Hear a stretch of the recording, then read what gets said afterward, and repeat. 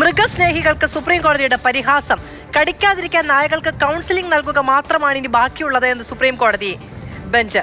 തെരുവുനായ case supreme കോടതി പരിഗണിക്കുന്നതിനിടെയാണ് പരിഹാസം. ബി ബാലഗോപാൽ വിവരങ്ങളുമായി ചേരുകയാണ്. ബാലു, വിവിധ സംസ്ഥാനങ്ങൾ, കേരളം അടക്കമുള്ള സംസ്ഥാനങ്ങൾ അഭിമുഖീകരിക്കുന്ന തീവ്രമായ തെരുവുനായ പ്രശ്നവുമായി ബന്ധപ്പെട്ട് സുപ്രീം കോടതി ആവർത്തിച്ച് പല നിർദ്ദേശങ്ങൾ മുന്നോട്ട് വെച്ചു. സംസ്ഥാന സർക്കാരുകൾക്ക് കർശനമായ മാർഗനിർദ്ദേശങ്ങൾ നൽകുകയും ഒക്കെ ഉണ്ടായി. പക്ഷേ പ്രാവർത്തികമാകുന്നില്ല എന്നുള്ളതാണ് ഒരു യാഥാർത്ഥ്യമെങ്കിലും ഈ കേസ് പരിഗണിച്ചപ്പോൾ ഇപ്പോൾ ഇങ്ങനെ പറയാനിടയായ ഒരു സാഹചര്യം എന്താണ്? ഈ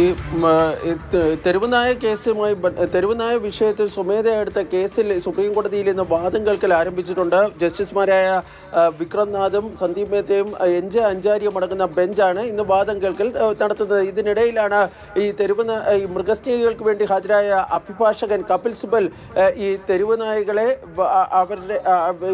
തെരുവുനായകളെ പിടിച്ച് ഏതെങ്കിലും കാരണവശാൽ ഈ അക്രമകാരികളായ തെരുവുനായകൾ ഉണ്ടെങ്കിൽ അവരെ ഡോഗ് ഷെൽട്ടറിൽ കൊണ്ടുവന്ന വന്ധ്യകരണം നടത്തിയതിനു ശേഷം തിരികെ എവിടെ നിന്നാണോ പിടിച്ചത് അവിടെ കൊണ്ടുവിടണം എന്ന് ആവശ്യപ്പെട്ടത്.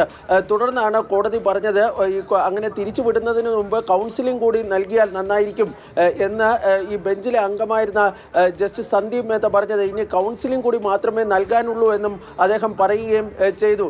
ഈ കപിൽ സിബലിനോട് മറ്റൊരു ചോദ്യം കൂടി കോടതി ചോദിച്ചു. അങ്ങ് ഏതെങ്കിലും കാലത്ത് ഈ സ്കൂട്ടർ ഓട്ടിച്ചിട്ടുണ്ടോ എന്നായിരുന്നു സന്ദീപ് മേത്തയുടെ മറ്റൊരു ചോദ്യം. കാരണം ജസ്റ്റിസ് സന്ദീപ് മേത്ത പറഞ്ഞത് ഈ നായ്ക്കളെ കൊണ്ടുള്ള കടി മാത്രമല്ല, ഈ ഇരുചക്ര വാഹനങ്ങളൊക്കെ ഓടിക്കുന്ന പലരും ഈ അലഞ്ഞു തിരിഞ്ഞ് നടക്കുന്ന തെരുവ് നായ്കളിൽ തട്ടി അല്ലെങ്കിൽ അവരുടെ വാഹനങ്ങൾ അപകടത്തിലും മറ്റും പെടുന്നു. അങ്ങനെ നിരവധി പേർക്ക് അത്തരം ഒരു ബുദ്ധിമുട്ട് കൂടി ഉണ്ടാകുന്ന കാര്യവും ജസ്റ്റിസ് സന്ദീപ് മേത്ത ഈ വാദത്തിനിടയിൽ കപിൽ സിബലിന്റെ ശ്രദ്ധയിൽപ്പെടുത്തി. കപിൽ സിബൽ പറഞ്ഞത് തനിക്ക് കേസുകൾ അധികമില്ലാതിരുന്ന കാലത്ത് ഒരു ഘട്ടത്തിൽ താൻ സ്കൂട്ടറിലൊക്കെ യാത്ര ചെയ്തിട്ടുണ്ട്, തനിക്കും സാഹചര്യം അറിയാമെന്നാണ് അദ്ദേഹം വ്യക്തമാക്കുകയും ചെയ്തിരിക്കുന്നത്. ഏതായാലും ശക്തമായ വാദപ്രതിവാദങ്ങളാണ് ഈ വിഷയവുമായി ബന്ധപ്പെട്ട് ഇപ്പോൾ സുപ്രീം കോടതിയിൽ നടക്കുന്നത്.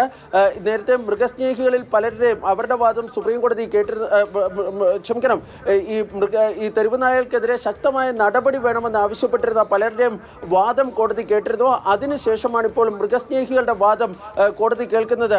ഇതിനിടെ കേന്ദ്ര സർക്കാരിന് വേണ്ടി ഹാജരായിരുന്ന സോളിസിറ്റർ ജനറൽ ഒരു നിർദ്ദേശം കോടതിക്ക് മുൻപാകെ വെച്ചു. ഈ റെസിഡൻസ് അസോസിയേഷനിലും മറ്റും ഈ തെരുവുനായകൾക്കെതിരെ എന്ത് നടപടി എടുക്കണം, അതായത് അവരെ ഷെൽട്ടറിലേക്ക് മാറ്റണം, അവർക്കെതിരെ കടുത്ത നടപടി വേണമോ തുടങ്ങിയ കാര്യങ്ങളിലൊക്കെ ജനാധിപത്യപരമായ തീരുമാനം എടുക്കുന്നതിനുള്ളൊരു സംവിധാനം വേണമെന്ന് ഒരു നിർദ്ദേശം ഈ കേന്ദ്ര സർക്കാരിന് വേണ്ടി ഹാജരായ സോളിസിറ്റർ ജനറൽ മുന്നോട്ട് വയ്ക്കുകയും ചെയ്തിട്ടുണ്ട്. ഏതായാലും കപിൽ സിബലിന്റെ വാദം ഇപ്പോഴും കോടതിയിൽ തുടരുകയാണ്. ഇതിനിടയിലാണ് സുപ്രധാനമായ ഈ രണ്ട് നിരീക്ഷണങ്ങൾ കോടതിയുടെ ഭാഗത്ത് നിന്ന് ഉണ്ടായിരിക്കുന്നത്. മാധു,